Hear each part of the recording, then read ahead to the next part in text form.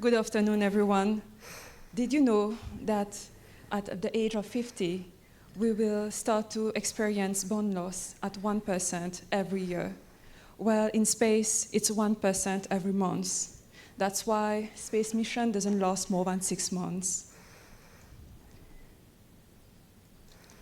Our dear astronaut, Thibaut Capou, is right now on the ISS, 400 kilometers from the Earth's surface, and a lot of space agencies around the world are investing billions of euros for the next greatest mission, mission to Mars. But as you can see, it's very far from the Earth. It's 55 to 400 million kilometers from the Earth's surface, which will then necessitate more than 6 months.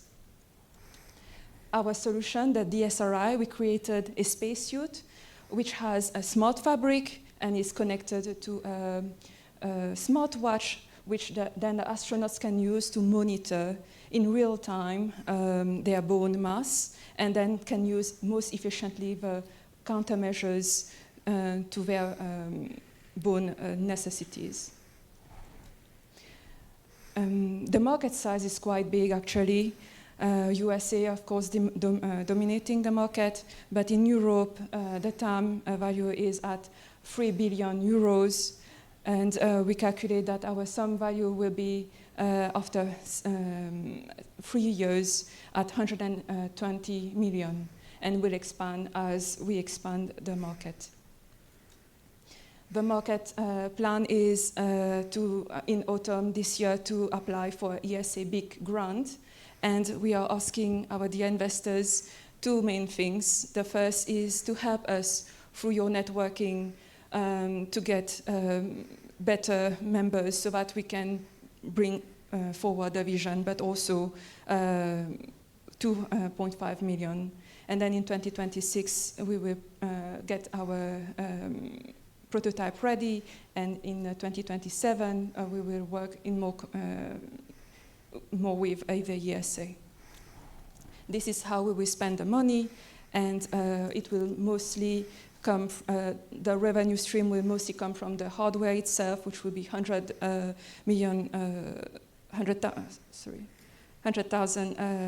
euros, and then there will be also yearly and monthly subscriptions. Now, before we go on to the questions, what I would actually like to do is have one of my colleagues pass a few specimens so you actually have a visual representation of what we're trying to prevent. And I will actually give one of these to the judges as well, so here you go. So what you will see or do see in front of you is actually 2 specimens of one of the bone microstructures being a healthy one, and one which has actually been 6 months through space travel, and the fact that it only can actually rehabilitate for the 30% of the bone microstructure that it has lost. So when you see it and when you feel it, you will see the difference that we're trying to actually prevent here. Okay, thank you so much for the presentation. Thank you for maybe an applause. Right, thank you.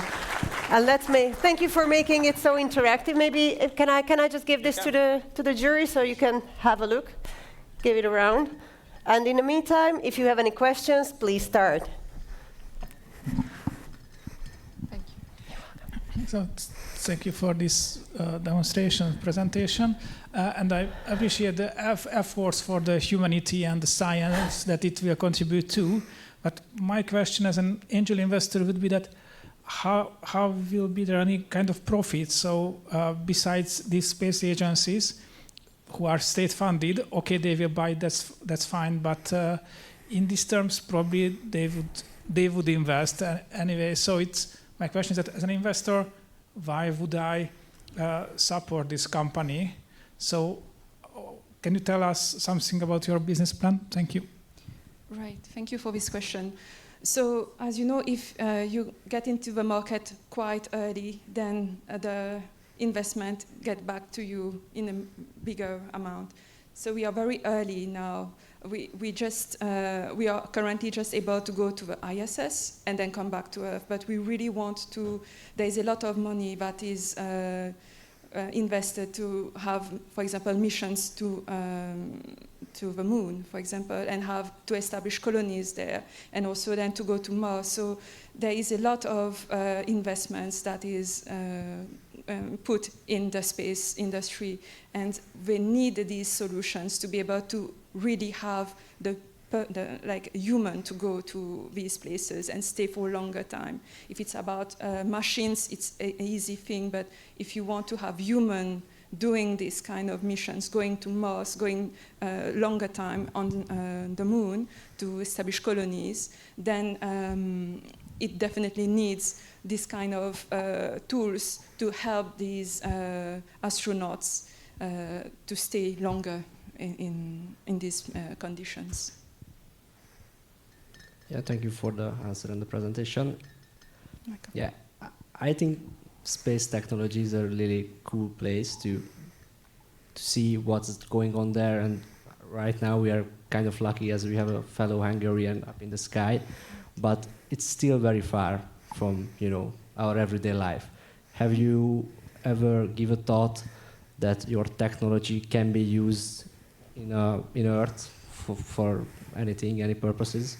Right. So when we did some research, the total cost for people who has osteoporotic fracture is 60 million euros every year.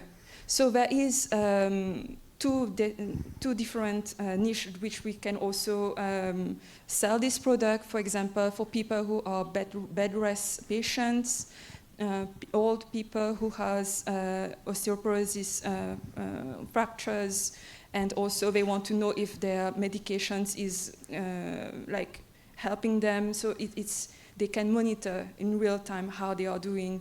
And also you have the sports industry, where there will be athletes who might be interested to know what is their bone structures, what is their muscular structures. So these are the two other industries that can be interested in this sort of product, yes.